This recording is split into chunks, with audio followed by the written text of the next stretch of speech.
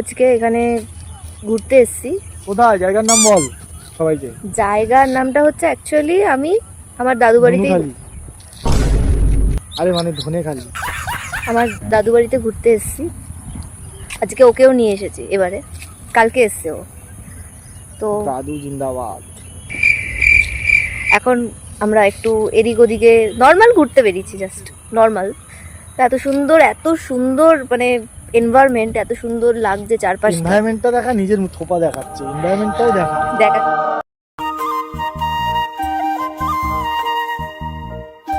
আমার এদিকে গোড়া।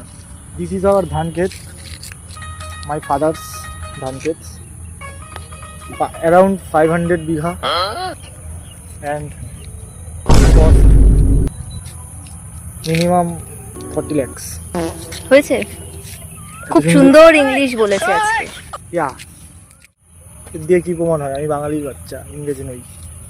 আচ্ছা, তো বাঙালি হলে কি সে ইংলিশ বলতে পারে না? না।